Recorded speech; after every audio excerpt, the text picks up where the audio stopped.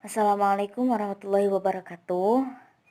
Saya kelompok 6 akan menjelaskan mengenai cara terpadu pengembangan sosial emosional pada anak usia dini. Baik, yang pertama ialah pengertian pembelajaran berbasis tema. Pembelajaran berbasis tema ialah salah satu pendekatan pembelajaran yang menggunakan tema atau ide-ide pokok, ide-ide sentral tentang anak dan lingkungannya. Kemudian yang kedua, karakteristik pembelajaran berbasis tema. Menurut Rohde dan Kostelnik et al. 1991, karakteristik pembelajaran tema meliputi yang pertama, tema memberikan pengalaman langsung dengan objek-objek nyata bagi anak untuk menilai dan memanipulasinya. Yang kedua, tema menciptakan kegiatan di mana anak menggunakan semua pemikirannya. Yang ketiga, membangun kegiatan sekitar minat-minat umum anak. Yang keempat, membantu anak mengembangkan pengetahuan dan keterampilan baru yang didasarkan pada hal-hal yang telah mereka ketahui dan kerjakan. Yang kelima, menyediakan kegiatan dan kebebasan yang menghubungkan semua aspek perkembangan kognitif, sosial emosional, dan fisik. Kemudian yang selanjutnya, mengakomodasi kebutuhan anak-anak untuk bergerak dan melakukan kegiatan fisik, interaksi sosial, kemandirian, dan harga diri yang positif. Kemudian, memberikan kesempatan bermain untuk menerjemahkan pengalaman ke dalam pengertian. Kemudian selanjutnya, menghargai perbedaan individu, latar belakang kebudayaan, dan pengalaman di keluarga yang dibawa anak-anak ke kelasnya. Dan yang terakhir, menemukan cara-cara untuk melibatkan anggota keluarga anak. Dan selanjutnya yang ketiga, prinsip pembelajaran terpadu berbasis tema. Yang pertama prinsipnya ialah tema harus berorientasi pada usia anak, sosial anak, dan perbedaan individu. Kemudian tema harus berkaitan langsung dengan pengalaman hidup nyata anak dan harus dibangun berdasarkan apa yang telah mereka ketahui dan apa yang akan mereka ketahui.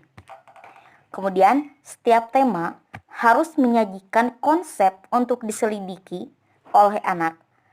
Penekanannya membantu anak membangun konsep yang berhubungan dengan tema, bukan pada informasi terpisah-pisah yang harus diingat anak. Yang keempat, keunggulan pembelajaran terpadu berbasis tema. Yang pertama, mendukung perkembangan konsep anak. Yang kedua, mengintegrasikan isi dan proses belajar. Yang ketiga, memberikan kesempatan kepada anak untuk memadukan informasi-informasi secara terpadu dengan berbagai cara. Yang keempat, memungkinkan anak untuk mempelajari topik-topik yang khusus secara mendalam. Yang terakhir, mendukung praktisi untuk menetapkan fokus belajar yang sesuai minat dan kebutuhan anak.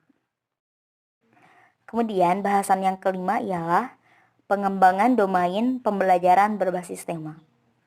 Pada materi-materi sebelumnya telah dijelaskan bahwa pembelajaran tema memberikan kemungkinan untuk mengembangkan berbagai kemampuan anak meliputi 6 aspek perkembangan.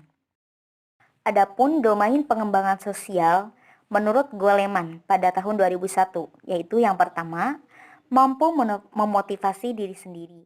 Yang kedua, mampu bertahan menghadapi frustasi. Yang ketiga, lebih fokus pada cara untuk menjalankan jaringan informalnya atau nonverbal. Itu ada 3 variasi, jaringan komunikasi, kemudian jaringan keahlian, dan ketiga, jaringan kepercayaan. Kemudian, domain pengembangan sosial selanjutnya ialah mampu mengendalikan dorongan hati. Yang kelima ialah mempunyai kecerdikan. Jadi, dia mempunyai banyak cara untuk menemukan jalan lain atau cara yang lain dalam menempuh suatu tujuan. Dan memiliki keyakinan tinggi atau kepercayaan diri yang tinggi bahwa segala sesuatu itu meskipun sulit pasti akan tercapai. Selanjutnya, mempunyai empati yang tinggi. Kemudian, mempunyai keberanian untuk menangani tugas yang berat, menjadikannya tugas yang kecil yang lebih mudah ditangani. Bismillahirrahmanirrahim. Assalamualaikum warahmatullahi wabarakatuh. Untuk selanjutnya saya akan membahas mengenai pembahasan yang kedua, yaitu tentang pengembangan program kegiatan. Nah, untuk pengembangan program kegiatan sendiri itu terbagi ke dalam 3 unsur. Yang pertama, pemilihan tema, kemudian yang kedua ada pengembangan tema, dan yang ketiga itu ada prinsip pelaksanaan kegiatan. Kemudian dalam pemilihan tema kita harus menentukan 2 unsur, yaitu yang pertama ada sumber ide dan yang kedua kriteria pemilihan tema. Sumber ide untuk tema itu dapat berasal dari kegiatan-kegiatan yang dilakukan anak, kemudian dari kejadian-kejadian spontan yang dilalui anak, kemudian juga bisa program dari suatu lembaga atau kurikulum yang sudah ada. Selanjutnya, kriteria pemilihan tema. Yang pertama itu ada relevansi topik dengan anak. Nah, itu terjadi jika konsep-konsep yang disajikan secara langsung berkaitan dengan pengalaman yang dialami oleh anak di dunianya. Juga menunjang mereka untuk mempelajarinya. Nah, misalnya diambil tema tentang keluarga dan subtemanya tentang saudara kandung. Kemudian untuk kriteria yang kedua itu kegiatan pengalaman langsung. Nah, yaitu pengalaman yang memungkinkan anak-anak terlibat dalam suatu kejadian secara langsung. Jadi tidak berupa imajinasi atau berupa hayalan semata, tapi mereka ikut serta dalam kegiatan itu. Nah, contoh temanya itu tentang binatang peliharaan. Nah, untuk subtemanya itu bisa anak mengurus atau memelihara binatang peliharaan seperti itu. Kemudian untuk kriteria yang keempat itu ada ketersediaan alat dan sumber terkait dengan tema. Kemudian kita masuk ke pembahasan nomor 2, yakni pengembangan tema. Nah, dalam pengembangan tema sendiri itu ada langkah-langkah yang harus dilaksanakan. Yang pertama itu pilih tema dengan kriteria yang dibahas sebelumnya. Nah, bisa diambil dari kata itu, berarti dalam melaksanakan tema atau menyusun tema itu harus berkesinambungan dari yang sebelumnya. Kemudian yang kedua, gunakan buku referensi, majalah atau bacaan apapun sebagai sumber untuk mengidentifikasi sejumlah istilah atau fakta yang terkait dengan kegiatan-kegiatan dalam tema. Kemudian untuk langkah yang ketiga itu kelompokkan konsep-konsep sesuai dengan subtema yang dipilih. Yang keempat itu tetapkan dan cocokkan konsep-konsep sesuai kemampuan guru juga minat anak. Nah, jadi berdasarkan sasaran anak yang belajar. Nah, jika hal itu tidak kurang efektif, maka dilakukan peninjauan ulang. Dan untuk pembahasan yang ketiga itu mengenai prinsip pelaksanaan kegiatan. Untuk prinsip yang pertama itu, untuk melaksanakan pembelajaran berbasis tema, maka guru harus mengacu pada hasil belajar yang tertuang dalam kurikulum. Nah, juga dapat meliputi beberapa kemampuan berikut. Prinsip yang kedua itu menggunakan semua strategi atau metode yang sudah diterapkan sebelumnya. Nah, gitu. Kemudian untuk prinsip yang ketiga itu menggunakan prinsip-prinsip prinsip-prinsip pembelajaran yang telah diulas sebelumnya sehingga bisa berkesinambungan dengan pembelajaran yang ada sekarang. Prinsip yang keempat, guru dapat menggunakan segala pendekatan pembelajaran aktif kepada anak. Prinsip yang kelima itu melakukan perbaikan atau evaluasi sehingga dapat memberikan pembelajaran yang lebih baik untuk kedepannya.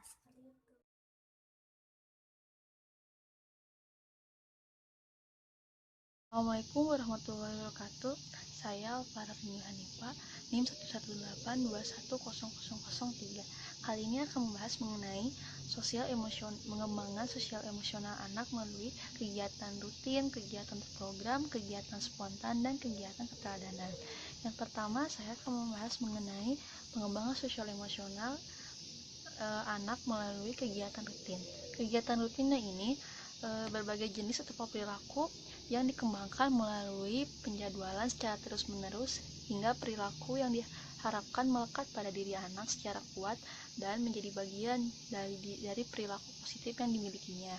Tujuan dari kegiatan rutin ini yaitu menyediakan suatu bentuk kegiatan yang dilakukan terus-menerus dan atau periodik untuk membentuk kebiasaan yang diperlukan anak usia dini dalam berinteraksi, bersosial, dan bermasyarakat. Pola perilaku yang khususnya yang dikembangkan meliputi anak dapat berperilaku sesuai dengan nilai atau moral yang dapat diterima oleh lingkungannya secara lebih baik.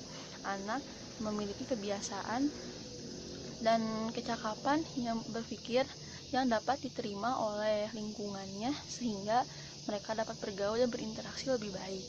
Lalu anak juga memiliki kebiasaan berperilaku sesuai dengan tuntunan dan dapat diterima oleh lingkungan kehidupannya secara lebih baik dan lebih terbuka. Lalu ruang lingkup dari kegiatan rutin ini yaitu kawasan pola perilaku yang dapat diterima melalui kegiatan rutin dan kebiasaannya diantaranya yaitu seperti berdoa sebelum sudah kegiatan, lalu mengucapkan salam, terus menolong temannya yang kesusahan, tenggang rasa dan lain-lain, rapi dalam berpakaian, bertindak dan bekerja, bertanggung jawab atas tugas yang diterimanya, dan masih banyak lagi. Contoh kegiatannya itu bisa dilakukan seperti kita setiap masuk kelas melakukan baris berbaris, lalu berdoa sebelum dan sesudah melakukan kegiatan.